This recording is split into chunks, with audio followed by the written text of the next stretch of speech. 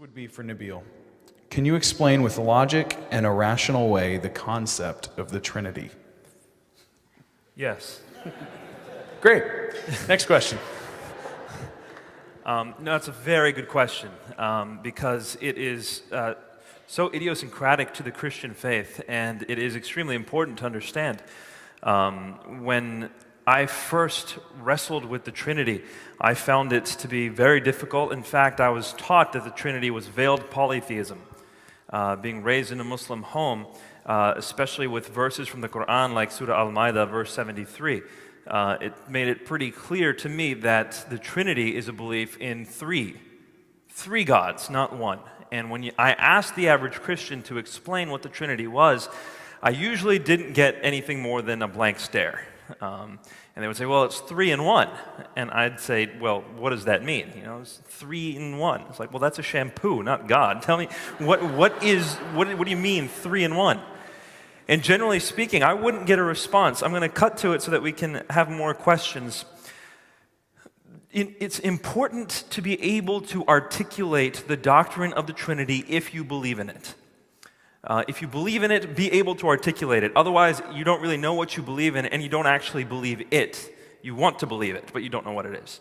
So be able to articulate the doctrine of the Trinity. The doctrine of the Trinity is the belief that God is one in being and 3 in person. 1 in being and 3 in person. So right off the bat, it's not a contradiction. Because if I were to say it's 1 in being and 3 in being, that is a contradiction. It's 1 in being and 3 in person. So what's the difference between a being and a person? A being is that quality or that essence or that substance, whatever you want to call it. A being is that which makes you what you are. And a person is that quality or that essence that makes you whom you are. So a being is that which makes you what you are. A person is that which makes you whom you are. Now, what kind of a being am I? Thanks for the vote of confidence. I appreciate that. Human being. I'm a human being, just so you know. Now, who am I? I am Nabeel Qureshi. So what I am is a human being. That's my being. Who I am is Nabeel. That's my person. The two are not the same thing. All of us in here share essentially the same type of being that we are. We are human beings, but none of you share essentially the same kind of person that I am. We're all different persons.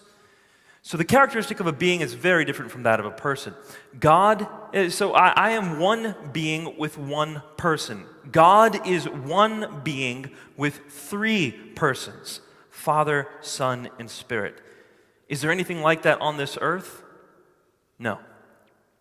But does that mean God cannot be one being in 3 persons? Absolutely. It means he can be that if that's what he is. There's no way we can know these deeper things about God apart from revelation. I do think that there is enough evidence in this world for us to conclude that God exists. I think it is the most rational conclusion. It's the most, it covers the most data, it makes the most sense, it fulfills, I think, the criterion of Occam's razor. I think it works. But how much can we know about God after that point? I think revelation is necessary to know the deeper things about God, and this is one of them, that God is 3 in 1. Tied in with this concept then of Trinity is also the idea of the persons of God. What does it mean for Jesus to be the Son of God? What does it mean for God the Father to be the Father? These are different roles in the Trinity, and oftentimes people see the term Son and then impute inferiority to the Son. In a sense, that's accurate to do. So let me put together some Bible verses for you, because especially when I debate Muslims or dialogue with them, these issues come to the fore, as they did with me when I was a Muslim. Some people will say that Jesus says things like in the Gospel of John, he says, "The Father is greater than I." How is it possible that Jesus is God when he says, "The Father is greater than I"?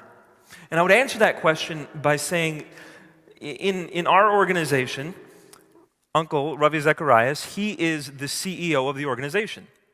He is greater than I am. I'm at the bottom of the totem pole, he's at the top. And right now I'm earning brownie points. So he is greater than I am, but he is a human, just as I am. So his being is essentially equal to mine. He's a human being, I'm a human being, we're equal in that sense, but his role is greater than mine, and I'm inferior in that sense. So when Jesus says the Father is greater than I, the being is equal, the role is different. And this is how the Trinity all comes into focus when we start reading the Scripture. One last thing I want to close with is some people will say to me, but Nabeel, the Trinity is not present in the Old Testament. This is something new that Christians came up with. I don't think so. I think when you start reading the Old Testament a bit more carefully, now through the lens of clarity that we have from the New Testament, you start seeing it in the Old Testament. And people might say, where? Where did we start seeing the Trinity in the Old Testament? I see it in the first verse of the first chapter of the first book of the Bible. Genesis chapter 1, verse 1. It says, in the beginning, God created the heavens and the earth. Well, let's take that back into the Hebrew. It says, Elohim created. Elohim is the plural of God. It's gods. In the beginning, gods.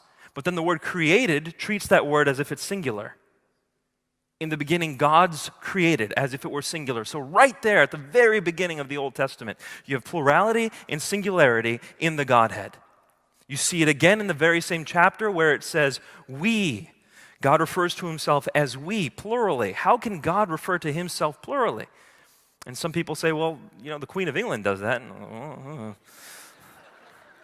The plural of majesty was not used in Hebrew at that time. It was not convention. And then also when God says, we will create man in our image, male and female, we will make man. Male and female, in his image, and then it goes to plurality once again. Multiple times plurality in the Godhead. I'll end by saying this. In the Shema, this is the statement that Jews would often recite twice a day. Shema Yisrael, Adonai Eloheinu, Adonai Echad. Hear, O Israel, the Lord our God, the Lord is one. Okay, very profound proclamation. The Lord our God, the Lord is one. In a world of polytheism, it's very profound. But that word one, echad, is not used to describe a singularity. It's used to describe something like a cluster of grapes. You would refer to the entire cluster as one cluster. That's what the word echad is. So even in the Shema, we have shades of the Trinity. It's just clarified through the person of Jesus, and it explains so much of what happens in the gospel. And I think, there's a lot more we could discuss here, but I think it's one of the most beautiful teachings about the depth of God's character and how he is unlike anything in this universe.